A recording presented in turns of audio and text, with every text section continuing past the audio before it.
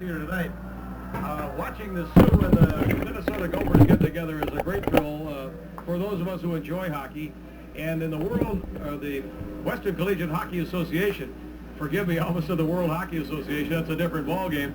But watching the Western Collegiate Hockey Association teams play, you know this is the best collegiate hockey in the country.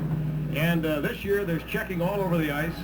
And interesting to note that the University of Minnesota does not have a Canadian on its starting lineup or on any of its on its roster. By the same token, the University of North Dakota has several Canadians.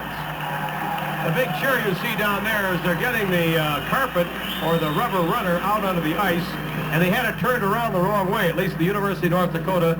And Len Marty, who's standing down there in the middle with Al Purpur, wanted them to turn the UND around so that the television cameras could pick it up. And very shortly now we will have the dedication ceremony. We will hear a lot of people talk. This morning they had a breakfast for the hockey lettermen and the alums. There was a great luncheon at noon, open to the public, and I guess it was a beautiful affair. We didn't see it because those of you who are watching this afternoon, this is the second part of a doubleheader. For us this afternoon we had the North Dakota School for the Deaf playing Cheyenne, and it was a great thrill for us to see these young handicapped boys play basketball on the University of North Dakota Fieldhouse floor. And young Steve Blem, of whom I'm sure you've heard an awful lot, did not play the whole game. He fouled out with 3.5 minutes to go and scored 40 points and 18 rebounds. Shot 50%, made his first 7 baskets. I tell you what, he's a remarkable young man, and our thanks again to the faculty administration of the North Dakota School for the Deaf. We're waiting now for the impressive ceremony that will be underway here momentarily. Here comes the color guard now, so let's take a look down on the ice as the color guard comes out, preceding the dignitaries whom we will hear and see in just a moment. Here's the color guard now. In the group will be Rube Bjorkman, the University of North Dakota head hockey coach Mark Foss, representing the architects, John O'Keefe, the chairman of the local building fund appeal, George Smith, building consultant, a longtime UND fan. And now let's look down there, and John O'Keefe and Mark Foss, Al Hausauer of representing the State Board of Education, and Dr. George Starcher, former president of the University of North Dakota, is there. Mr. Smith to the left, Mr. Bjorkman, our pal John Noah, resplendent in a blue blazer, blue shirt. And here's Len Marty. Here's our national anthem.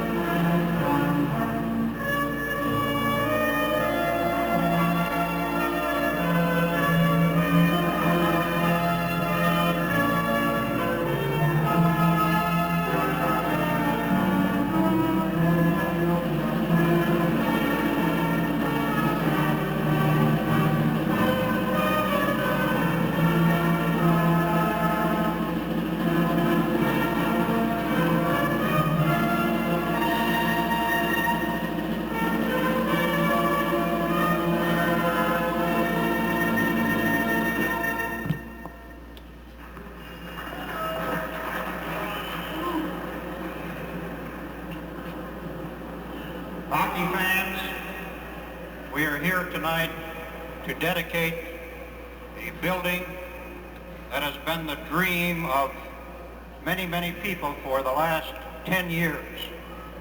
It's been a long struggle to attain this dream, but we now have it. At this time, I want to take the opportunity of thanking quite a few people who made this possible. First of all, if it hadn't been for our past president Starcher and our present President Clifford, we wouldn't have got to first base, because because they stood behind us. Then the Board of Higher Education stuck its neck out a little bit, and they really did, and said, go ahead. And then the legislature made it possible by passing enabling legislation so we could raise the money and build the building. Certainly the students are to be thanked. They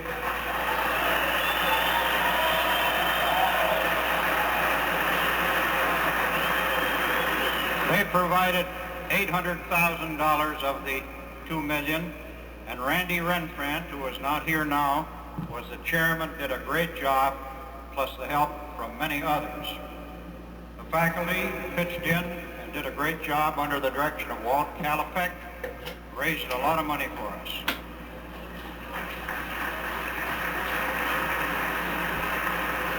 The alumni outside of Grand Forks, the Grand Forks alumni cooperated with the community, but those outside of Grand Forks raised another large sum of money through the efforts of Lloyd Stone and Earl Strinden, our alumni directors. And Jack Stewart, one of our illustrious alums, put in almost $100,000, so Jack is to be thanked personally for this.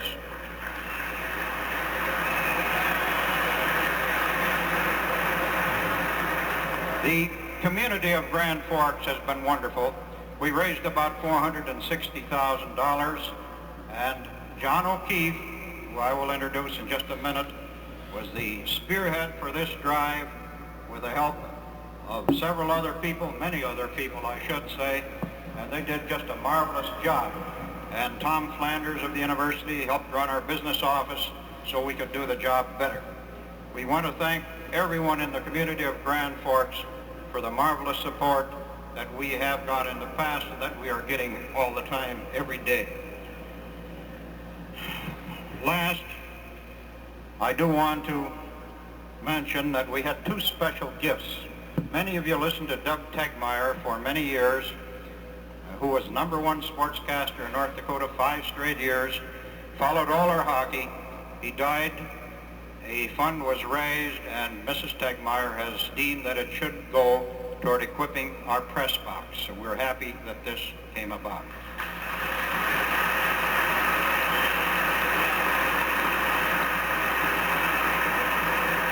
And then, for many years, Dr. Ralph Lee was our team physician of love. He died not too long ago. His 3 doctor sons and his widow have contributed a large sum of money to equipping our training room, which, without a question, is the best equipped and the nicest training room for hockey in the United States.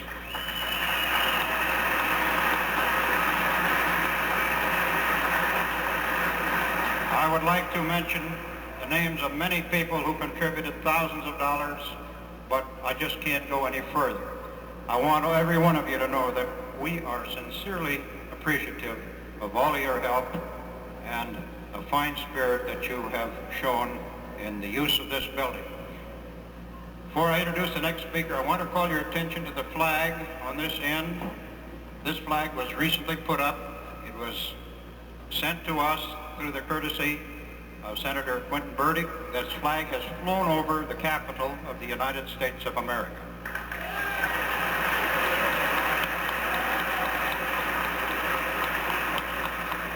Now, I would like to call on President Thomas Clifford.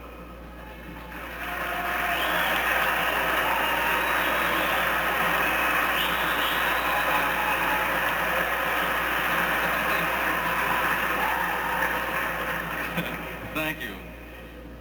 Mr. Marty, hockey fans, it's a privilege for me to participate in this dedication ceremony tonight. The Winter Sports Arena will be important to the academic and intercollegiate programs at the University of North Dakota for a long time. This structure, with its simple beauty and clean design and solid permanence, is a tribute to those who have worked so hard to make it possible. With the financial help from the students and the alumni and the friends of the university, with the administrative support of the Board of Higher Education and the legislature, it was possible to erect this magnificent structure.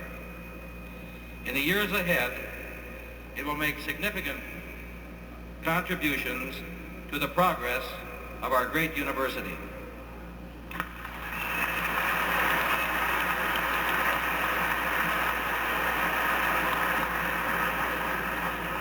We are privileged to have with us tonight from Sarasota, Florida, our past president, Dr. George Starcher.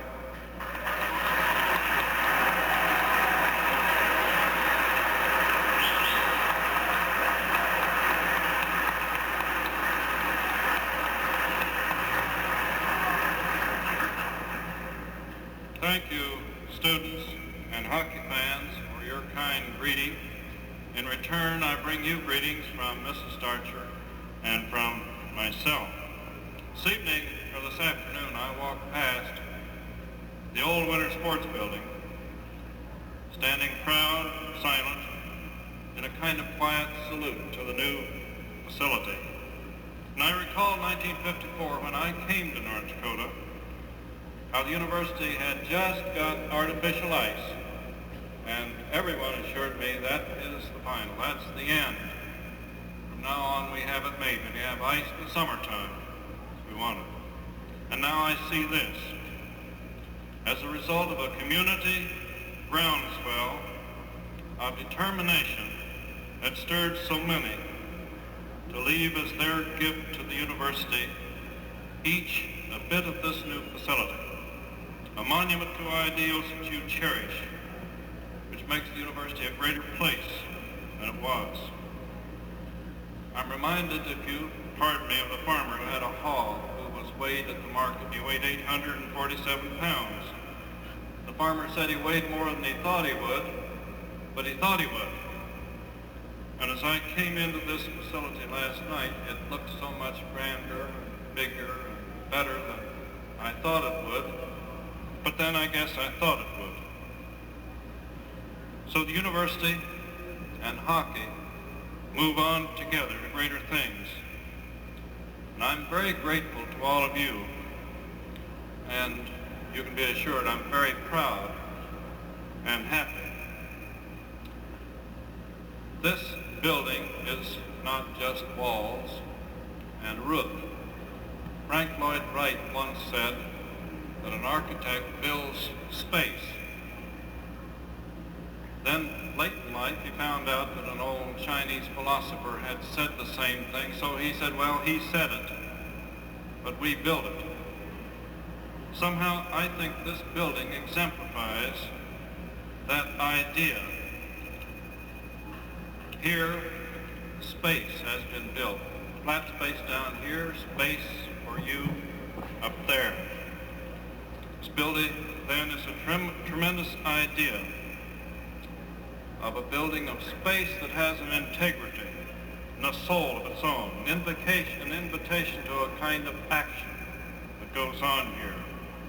It's a building that projects feeling and adds meaning to life. Here, we shall see many new joys of victory and perhaps the occasional disappointments that come.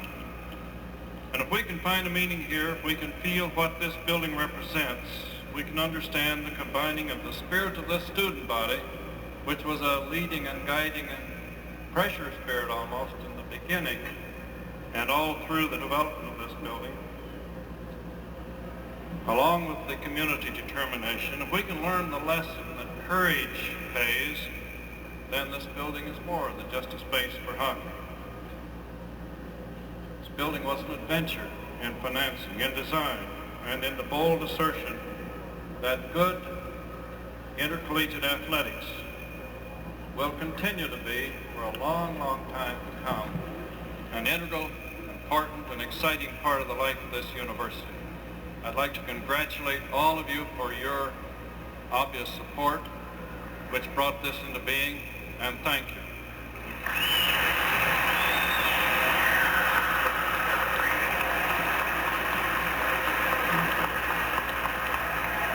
Next, I would like to call on Mr. Alan Hossauer, who represents the Board of Higher Education. Alan, by the way, is a former UND letterman. Mr. Hosser.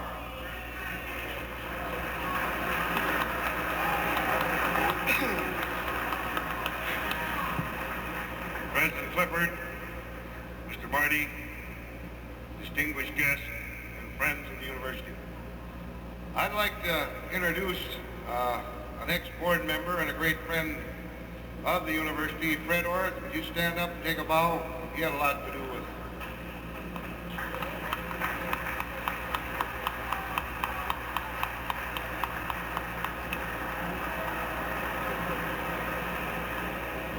and another member of the Board of Higher Education, Bud Sinner.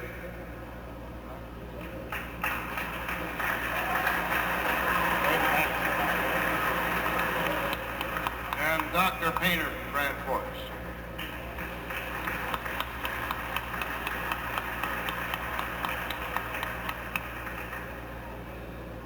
It is my privilege to represent the State Board of Higher Education at this dedication program.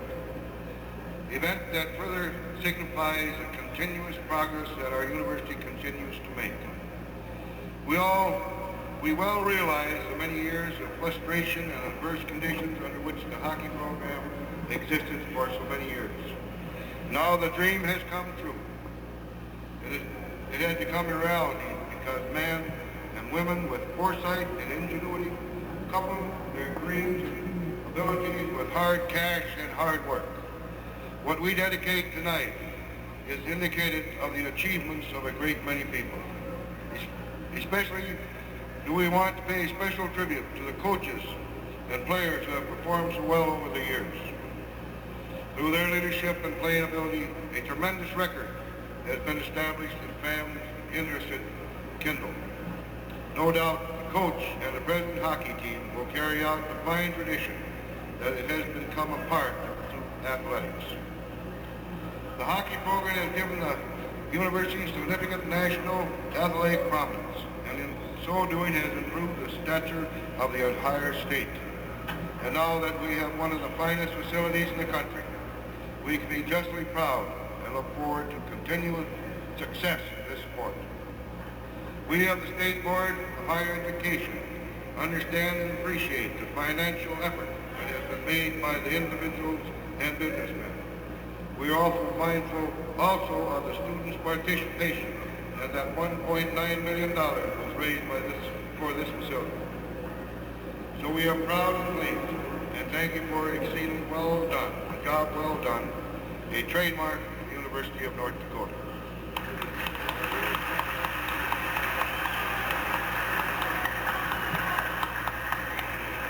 We were to have Mr. Wesley Christopherson, President of the Alumni Association from Illinois, but Wes had to go back home because of some problems, so J. Lloyd Stone, our Alumni Director, will represent the association.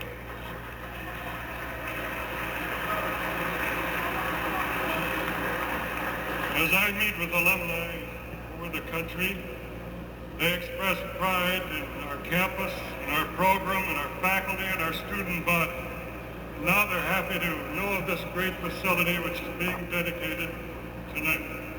I have two short messages to read. First, from Weston Christopherson of Lake Forest, Illinois, President of the Alumni Board. He said, on behalf of the Alumni Board of Directors, we salute President Clifford, the students, and all UND hockey boosters for another fine addition to an already magnificent campus.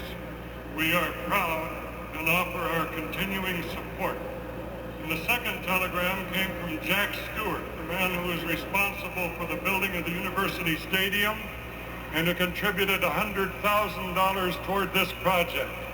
He said, Lloyd, please greet my North Dakota friends and tell them we feel our university is continuing as #1 in the nation among small universities.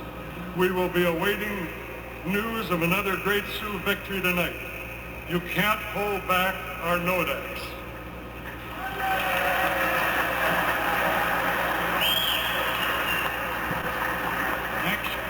Next, I would like to call on Bill DeBrito, President of our Student Senate, who will speak to us representing the students. Bill?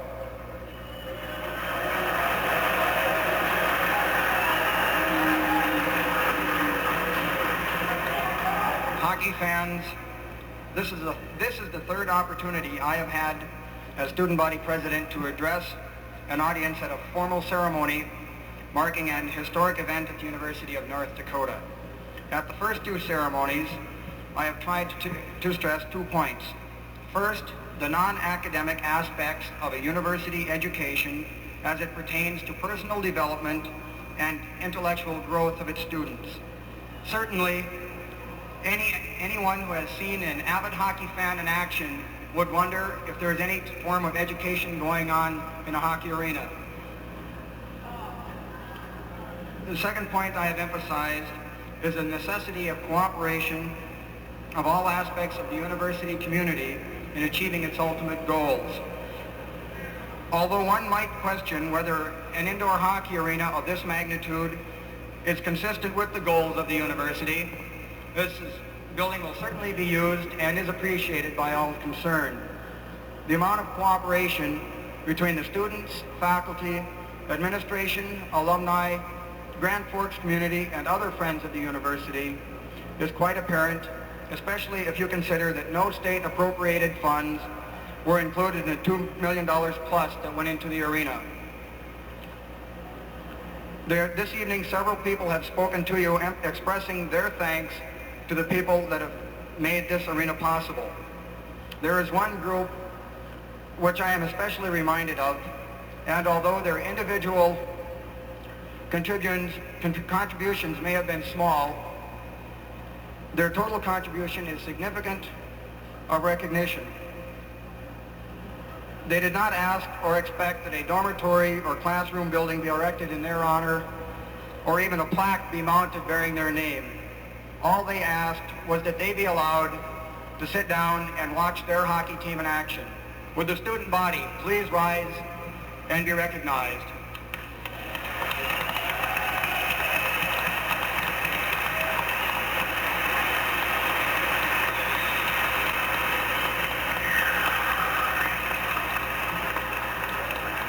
We have just one more speaker, and before I introduce him,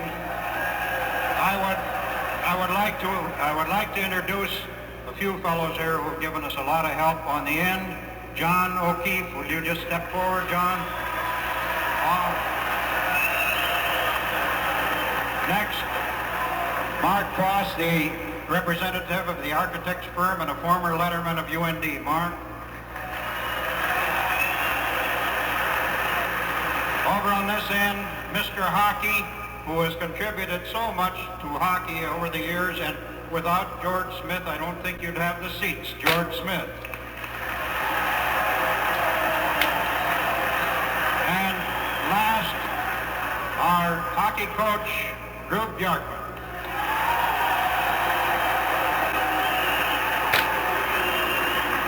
And now, let me call on John Noah, our first All-American hockey player, representing the old-timer hockey players. John?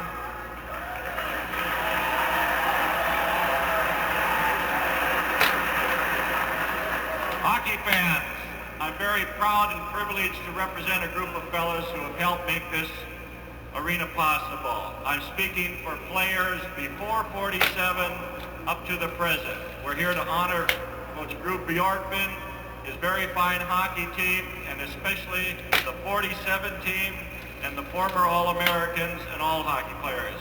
Well, this is the 1947 hockey team. Will these members who are here, most of them are sitting to my left, will they please stand as I call their name for the benefit of you people and for the benefit of the TV audience and the radio? Will Bob Monroe please stand?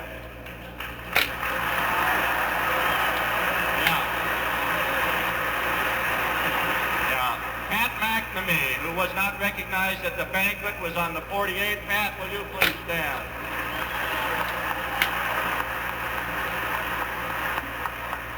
Bob Murray, goalie.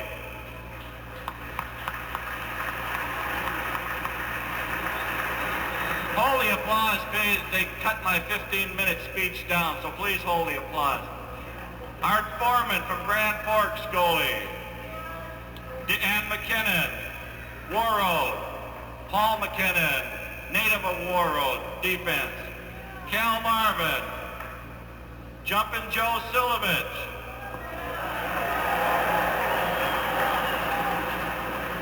Jimmy Medved, Crookston. Bill Sullivan, Crookston. Dr. Bob Krumholtz, Hellock, Minnesota. Ted Wilson, formerly from Warroad. Guinea Christian. Frisky Cole. The members who could not be here, who were part of the 47 team, George Dickinson, Jim Doyle, Tom Björn, and Buzz Johnson. I also have another person that I'd like to, who's representing her husband. Will Gene Johnson please stand up?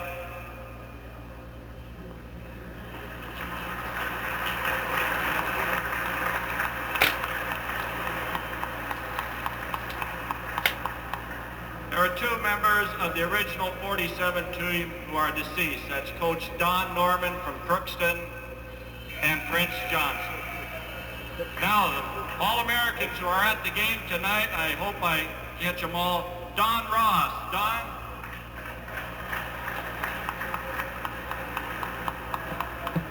Reg, the beer baron from Minot, Morelli.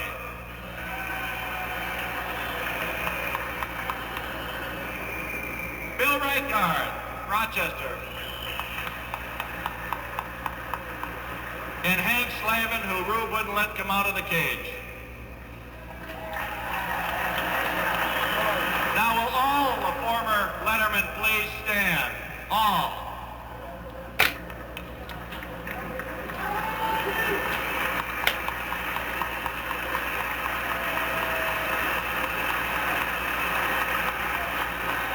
There's a big sign across the way that says Crookston Hockey Boosters love you. Reg Morelli, John Noah, and Bill Sullivan. And now back to John Noah. Before I pay my last thanks and regards, will Al Purpur please come out on the ice, please? Here's a very popular groundskeeper, superintendent of the football field, and a guy who has labored long. Listen to this crowd for Al Purpur. Oh, boy. He's the fella that is taking care of the ice and takes care of the football field. Great tribute. Standing ovation for Al Purpur, who labored for so many years in the old winter building when it was 30 below outside and 40 below inside. Listen to this applause for Al Purpur. And this is his baby. Bill Reichard, fellow letterman, we'd like to present you, Al, with this gift and a little present. Al was honored at the banquet today by the letterman with a plaque.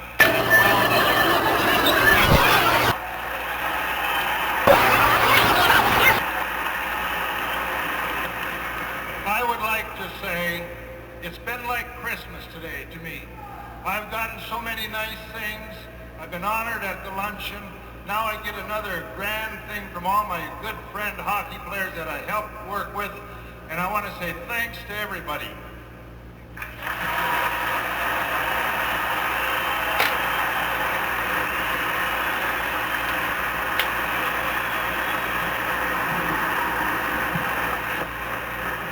I won't be here 25 years from now, but I would like to pay special thanks to the next group. Will all the students please rise, because I want to thank you on behalf of the lettermen for making this rink possible. In case you didn't know, the students of the University of North Dakota voted to take a portion of their activity fees each year to go to the construction of this facility. Everyone will retire the colors.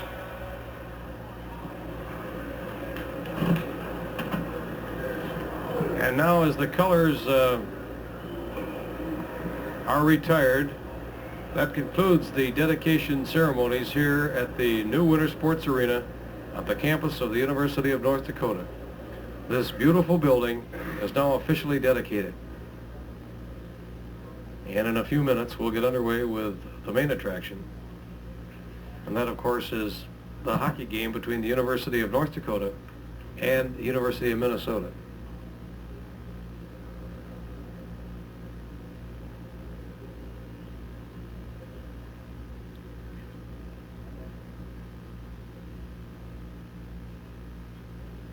We'll be back with the starting lineups and coverage of the big hockey game in just a minute.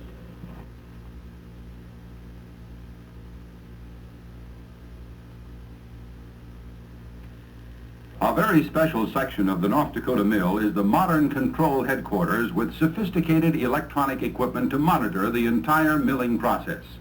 This elaborate panel monitors the milling of both spring wheat and durum. Gordon Buck, mill superintendent and a veteran in the milling business, is at the control panel, which literally is the heart of the 8-story flour mill. The North Dakota Mill is one of the most modern milling facilities in the United States. With recent modernization, the North Dakota Mill increased its capacity by about 25%. This has resulted in market expansion for both the spring wheat and durum sales. Now, in its 51st year of progress, the North Dakota Mill is one of the most modern and efficient anywhere. The North Dakota Mill, one of the great flour mills of America. Of course, this hockey game tonight is an important one because there's 2 points involved. The University of North Dakota at the start of this series was in 4th place. Wisconsin, Michigan State, Denver, and the University of North Dakota. And Drew Bjorkman, who talked to us earlier in the week and whom you'll see between the second and third periods talking about hockey in the building, and it's an intimate portrait of a great guy, said this is a very important series to us, and as far as Minnesota is concerned, I said, what about it, Rube? He said, they're a tough hockey team. We don't know an awful lot about them, except they're big, they're strong. Herb Brooks is their coach. It's his first year, and we expect a very tough battle. Last night, as we mentioned, the University of Minnesota shocked North Dakota with 2 quick goals, and before the first period was 3 minutes old, the Gophers led 2-0. But the Sioux kept their poise and really came on strong. Here are the Gophers now making their appearance on the ice, and they skate well. They've got excellent goaltending, although last night the Sioux skaters really put the pressure on them. Doug Hastings will be in the nets. He's from Edina, Minnesota. He's not very big, but he's pretty quick. Incidentally, those of you who follow athletics in this part of the eastern part of the state will note the names of John and Robbie Harris from Roseau, Minnesota. Their dad played with the University of Minnesota years ago, and they're both excellent golfers. And here come the Sioux. The Fighting Sioux of North Dakota are on the ice now. They'll be wearing white, Minnesota, and the traditional gold and brown. This crowd is on its feet. Not everybody is here yet. And we're just about ready for the introduction of players and the start of the first period of this Western Collegiate Hockey Association game between the Golden Gophers from Minnesota and the high-flying skating Sioux of North Dakota. Let's pause now along the line. This is the KX Sports Network.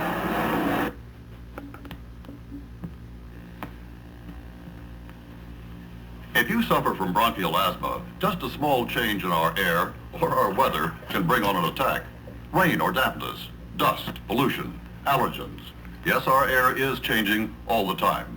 But you can take a Bronchaid Mist inhaler with you and get fast, effective relief wherever you are, whatever the weather. If you have bronchial asthma, keep Bronchaid Mist handy for fast, effective relief. Touch a day with a tingle. Today's lesson is mouth-to-mouth resuscitation. Get that just brush freshness with Dentine. That tingle tells you your breath is fresh. Your breath is fresh. Oh, your mouth feels clean. All day long, get that just brush freshness with Dentine. Now you get 8 sticks of that just brushed freshness in the new 8-stick Dentine packs.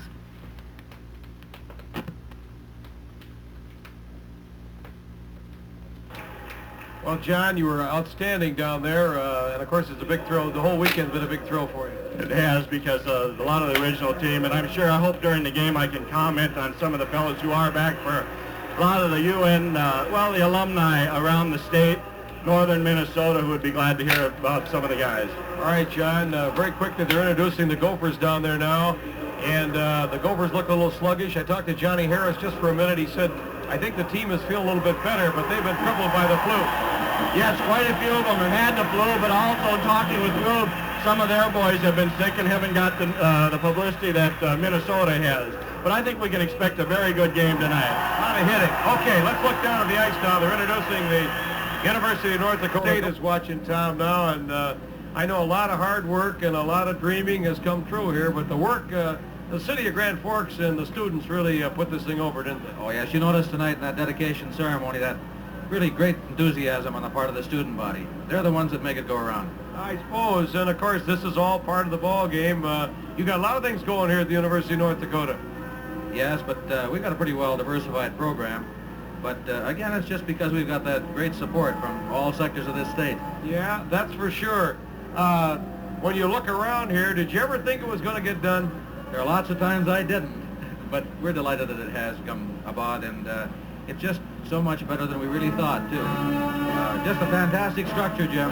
Designed for hockey, great program, and we like it. And I can't believe that it won't do more for your program, your hockey program. Of course, as a president, you're going to be concerned about drama, music, and some other things. But every time I come up here, there's something new going on the campus. Well, the next thing we want you to cover is a show over at the Fritz Auditorium. Yeah. That'll give you that cultural side. Well, we got to do that, too. Right, I'll even give you a free ticket. All right, Tom. Again, it's so nice talking to you, and our congratulations. Thank you. Thank you very much. Beautiful. Okay, now we have with us Len Marty, who is, of course, one of the guys that has really been doing an awful great job of getting this going. Before we talk to you, Len, a word from the North Dakota Mill. We'll be right back.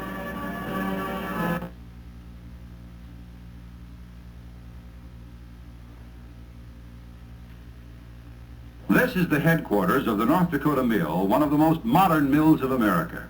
It's a story that begins with the unloading of grain raised in this great agricultural area. Hard spring wheat and durum crops are processed by the North Dakota Mill using the latest techniques. After completion of the milling process, the finished products are placed in storage for shipment. They're loaded on railroad cars that carry products of the North Dakota Mill to the eastern markets and heavy populated metropolitan areas. Then the flour is baked commercially, or the semolina is manufactured into spaghetti or macaroni or other pasta products. Millions of people throughout the nation enjoy foods made from grains that are grown in this area and milled at the North Dakota Mill. The North Dakota Mill, one of the great mills of America. Len Marty is here with us, the athletic director. Len, I know you've lived and died for how many years now? Has this thing been? I'd say 10 years, Jim.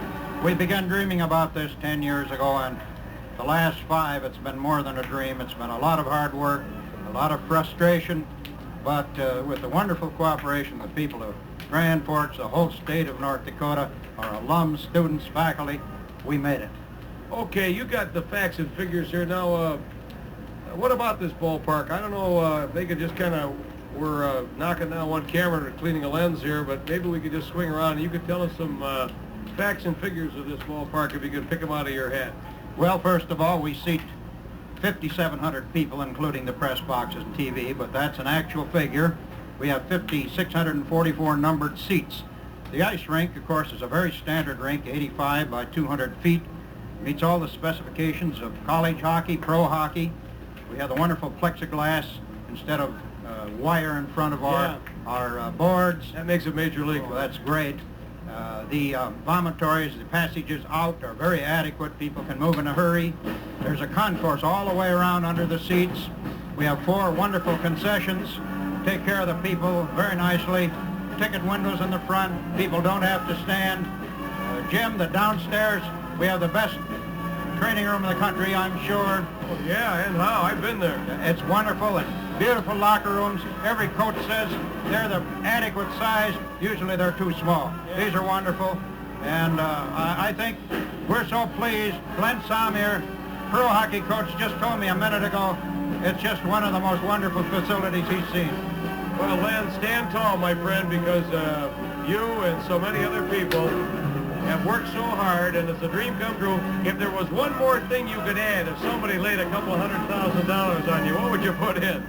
Well, would you put anything in? I would improve our sound system quite a bit for the building. I think we could spend $10,000 there very easily. We are getting a new ice surfacing machine, a $12,000 Zamboni. That's not paid for yet. I'm still looking. You'll find it. It's on the way. Make your pitch down. Okay. 4,000 more I need. But we've ordered it and I have faith. Good.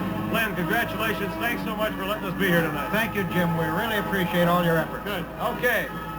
Now, I got to let a couple old guys get together here, and we'll be back in a minute as John Noah and Cal Marvin will reminisce into the future. Right after this from the North Dakota Mill.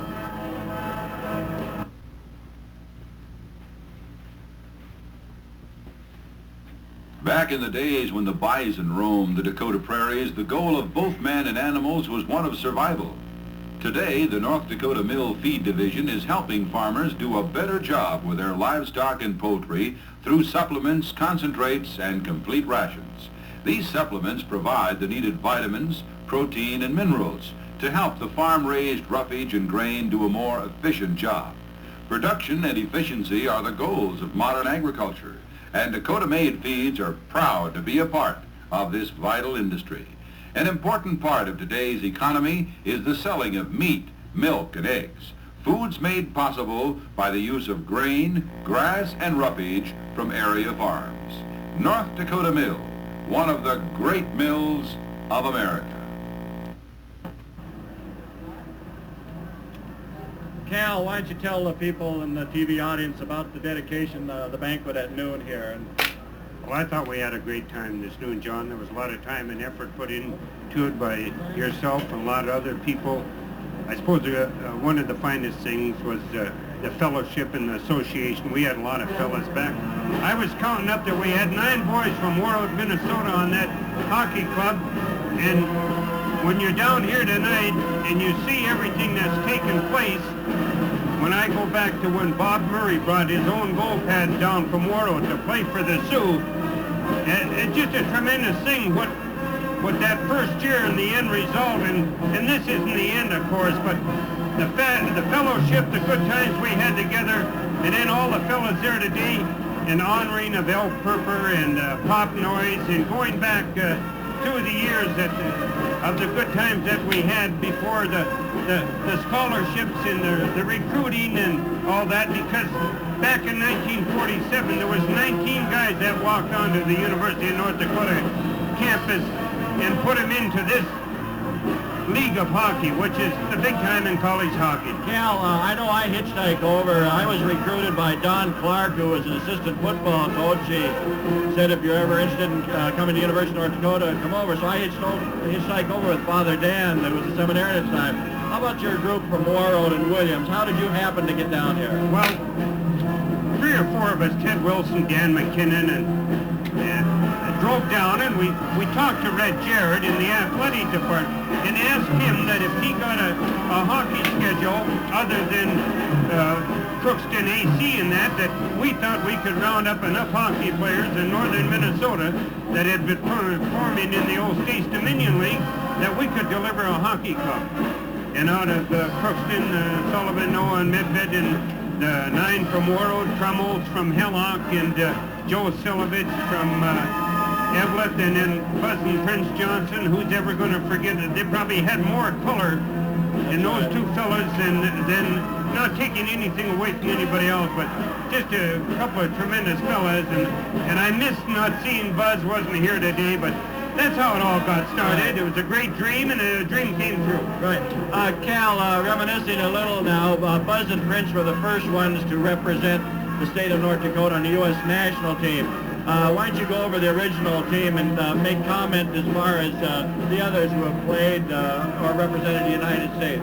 Well, we've had yourself. I was the coach, Gordy Christian, and his brother, and Dan McKinnon played on the 56 team. They were both with me in 58. Billy Reichard played, Donnie Ross. We've had a lot of them. And a lot more could go. There's going to be tremendous amount of pressure now from professional hockey, which is going to hurt our Olympic program. And I mean, we can all see it coming. It's something we're faced with and we have to live with. Yeah, well, thank you very much. We've been visiting with Cal Marvin, Mr. Hockey from War Road, Minnesota on beautiful Lake of the Woods. My pleasure, Joe. Cal, before you go, Yeah. was he any good, really? Well, I said out there to the banquet, you know, everybody's got to have a press agent and that. And of all guys, I can think of a lot of guys, Jim, that should have been All-American, but John got it, and he's got to live with it, so more power to him. Thank you, Cal. We'll be back in just a minute. Right now, let's pause for a second along our network. This is the KX Sports Network. Take the time and trouble out of furniture antiquing with Mystique. Just 2 easy steps. Start in the morning, and by supper time, you'll have a handsome family heirloom. With Mystique latex antiquing and wood craning. From your coast-to-coast store, where you find everything you need in total hardware.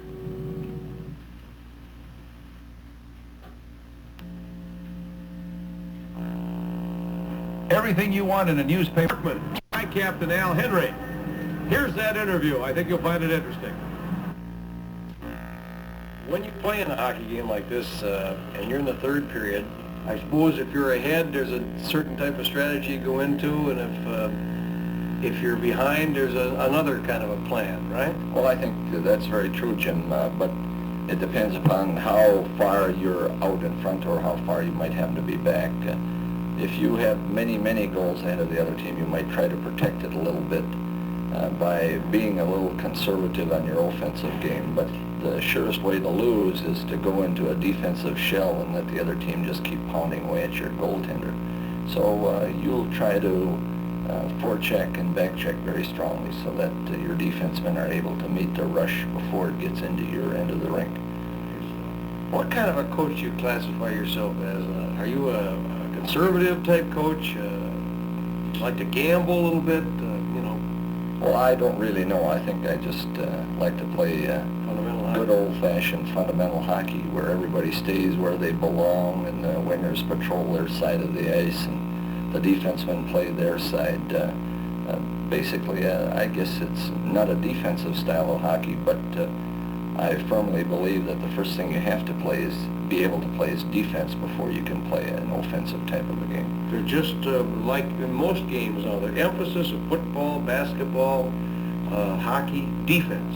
Well, it's natural for players to want to play offense. Everybody wants to get in the act of scoring. Right. And it's tougher to play the defensive phase of the game. It takes more discipline. So that's, I guess, what we stress the most in emphasizing how our players should go out there, what they should be thinking about anyway. What kind of a young man do you like to play for you? You told me once, well, the game is simple, just shoot, skate, hit. Well, I think we're looking for the best possible citizen that we can possibly recruit and get here to play at North Dakota. We want the people, of course, like all coaches do, that are good students in school. They're good citizens when they're out on road trips, and good citizens every day, all 24 hours of the day. And then the boys definitely got to be dedicated to play the game of hockey, because we expect an awful lot out of them out on the rink, and we expect an awful lot of them when they're not on the rink. So if the boy isn't dedicated to play hockey, he's probably not going to be too successful at it. We talk a lot about the Canadian boy and the American boy. Now, of course, you're a pretty good spot because you're right near northwestern Minnesota, and North Dakota hockey's starting to come, high school hockey I'm talking about now. Do you find that the American young man is going to get a pretty good shot in the Western Collegiate Hockey Association now? Well, I think all you have to do to verify this thing out is to go down the rosters of the given clubs and see how much it has changed from almost an all-Canadian type league, say within the last 5 years even, to pretty much of a 50-50 proposition. And the one thing when we get our players out on the ice, we don't even know what nationality they happen to be, for example, because they're all representing the University of North Dakota, and in this case, the state of North Dakota for hockey. So, again, it goes back to the premise I was stating before. We're interested in how dedicated they are to the game and what kind of people they are. You cannot tell today really where your good hockey player is going to come from. It's just changed tremendously in the last few years, and even more so now since the World Hockey Association has came into being. More youngsters are looking at potential or possible professional careers. We've got a lot of rules that have been implemented by the NCAA that restrict us in recruiting alien students, for example. And then along with the big impetus that has been given to American hockey with the building of rinks and the creation of minor hockey programs, etc., the American player is holding his own with the Canadians today, and some of the best scorers in our league, for example, happen to be northern Minnesota boys or people from our immediate area around here. And of course then, the pièce de résistance for you is that new building, this new building that we're in right now. Well, I think we're going to start to see the effects of this thing this coming year with the class that we are attempting to recruit. It certainly has had a bearing on the play of the present Sioux hockey team. For example, it was 30 below out here yesterday, and we really didn't know it because it was 60 or 70 in that arena, and we were able to get and work up a good sweat, whereas in the old winter sports building we would have had a 15 to a 30-minute shift out in the ice and then 15 minutes or so down in the locker room getting warm again. So it has had a bearing on the present squad in regards to their being able to be in better shape, and it's certainly going to make a big difference in prospects who come and visit the campus. Time will tell, of course, and it's something that's been badly needed back here for many, many years. We're now up to the point where we can compete with the other schools in our league in regards to facilities, and then, of course, I'm very prejudiced. I think we've probably got the best, most ideally situated school geographic-wise, and plus the size of the enrollment here, that I think we've got the best setup in the country right now. If you didn't say that, I'd be very disappointed. Well, I'm being very sincere and very frank about it, because I think it's just a great area back here, and our players are getting a lot of things that they wouldn't be able to get in a bigger metropolitan area. Okay, let's talk to Al Henry here for a minute in between the second and third period. Al, I know that you suffered in the old building. Oh, there's no doubt about it. Well, we can go back to about the middle of December this year. I think North Dakota, Mike Lundby with assist from Bob Lawson, Rick Clubb at 3:47, and then it got kind of quiet. But real good hockey game. Right, and the penalties still come through, which has slowed down the game somewhat. Yeah. And I hope that we find a much better third period coming up, Jim. I did start getting excited here towards the end. I personally don't feel it's the game that they played last night. The Sioux. Right. No, I don't think so. I do think the goaltending, as we have pointed out between the period, or between the comments when we had chance, that the goaltending by Shellstead of Minnesota has been outstanding, because really the Sioux have peppered some real line drives at him. Right, and some of the times it looks like he would be screened, but he's got his eyes on it, and he's done a tremendous job, as has Murphy. Murphy has been very consistent tonight. I think we're looking. Now, okay, I said to Rube, of course, we filmed that interview way before the teams are back out. I don't know if we're going to get a chance to see this videotape of the campus or not. Let's run it now while we got a minute, okay? The University of North Dakota has long been a fine institute of learning. Feeds are proud to be a part. I might say that I think I'll sleep tonight. You should, Jim, after doing a basketball game, and you've done a very good job, I think, on broadcasting the hockey game. Thank you. That is what I meant. My heart is still pumping. I tell you what, these two teams really came to play tonight. I think Minnesota a little embarrassed. Maybe North Dakota a little bit, I don't know, they felt pretty good after last night's game, and they should have. I believe so, and I thought they'd come back a lot stronger because of the dedication and the old hockey players back and stuff like this, but it was a good game, and the score tells the tale. We are grateful to you, John. I know it's been a thrilling day for you to see all your old friends and to kind of relive some of the great memories, and you were a great All-American, a great credit to North Dakota, and I'm just so delighted you're going to be working with me on some of the hockey games we do around here, and also the rest of the state will see the commissioners, we call them lovingly in Fargo, on the championship game of the North Dakota High School Hockey Tournament. John, thanks very much. Congratulations on a great day. Thank you very much for promoting hockey. Okay. Well, that about does it. The final score was 2-2, and we are delighted to have been with you throughout the day on television and a couple of sports spectaculars, as we say. The basketball game was fun, and we hope that you got a real good look at some very dedicated young men. Got a little older group tonight. North Dakota, Minnesota square off on hockey. In hockey, you know it's going to be an exciting evening. And we couldn't have picked a better game. 2-2, overtime, and that's the way it ended. A frustrating night for both teams. Both teams played so well. Our thanks today to some great guys who work with me. You see me and you hear me, but you don't see these guys.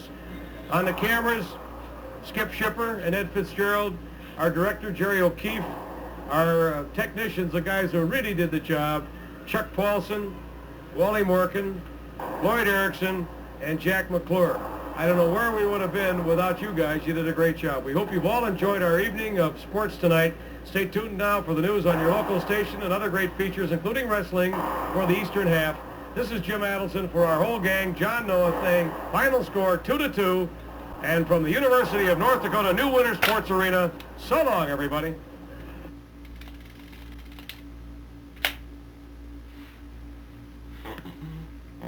You've seen history made tonight as the new Winter Sports Center at the University of North Dakota has been dedicated. It's a fine new athletic facility made possible by contributions from alumni, students, foundations, and friends. You've seen collegiate hockey, one of the fastest sports as well as the fastest growing sports. And you've learned a little bit more about the North Dakota Mill, one of the great mills of America. Your host for this Saturday evening special telecast. Good night.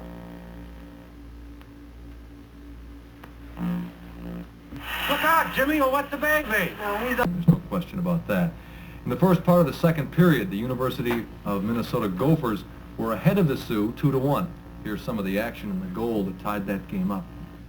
Back the other way. 15-7 win over Washington. CBS and NBC. Yeah, your Premian almost became a full-time tie maker in Miami after that fiasco.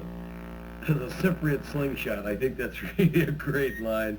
We'll be back in a minute with a look at frustrating night for the University of North Dakota Sioux as they battled through 3 periods and an overtime to settle for a tie with Minnesota's Gophers.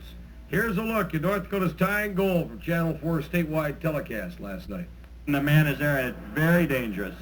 You've got to look for him and try and hit him. You better make sure that they're there because Minnesota just breaks away and there's no one back to protect your defensemen. This is an entirely different team than we saw last night here. We speak about Minnesota. North Dakota dominated last night's game right after about the 4th minute of the first period, but Minnesota is really putting the pressure on the Sioux right now, like you see here. Beautiful move there by Cassaller. He tried to right out in front, the shot and a stop. Great save by Murphy. Shot taken by Blaze, number 16, and that almost got by Murphy. Nice passing. Murphy went down, and he almost went down. So the new Dick Van Dyke show is coming up next. 10:15 tonight. Have a nice evening. Good night. Fiddle around here today, and he said he saw 4.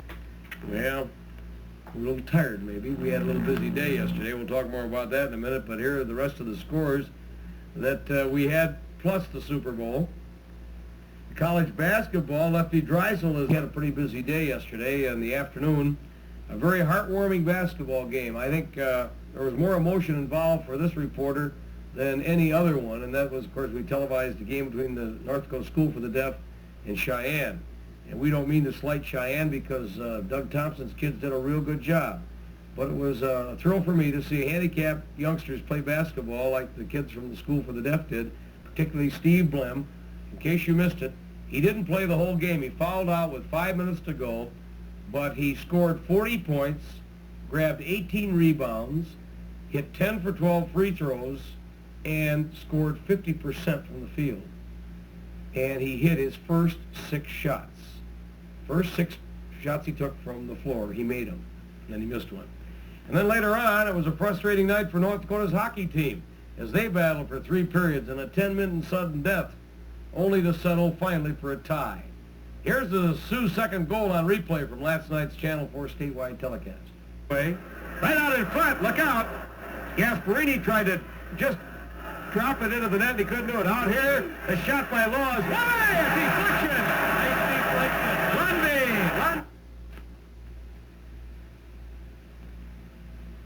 Well, it wasn't a long replay, but that was the last goal scored. That came in the second period. Then we played 20 minutes. Then they played 20 minutes of great hockey, and then 10 more, and nobody scored. Very frustrating.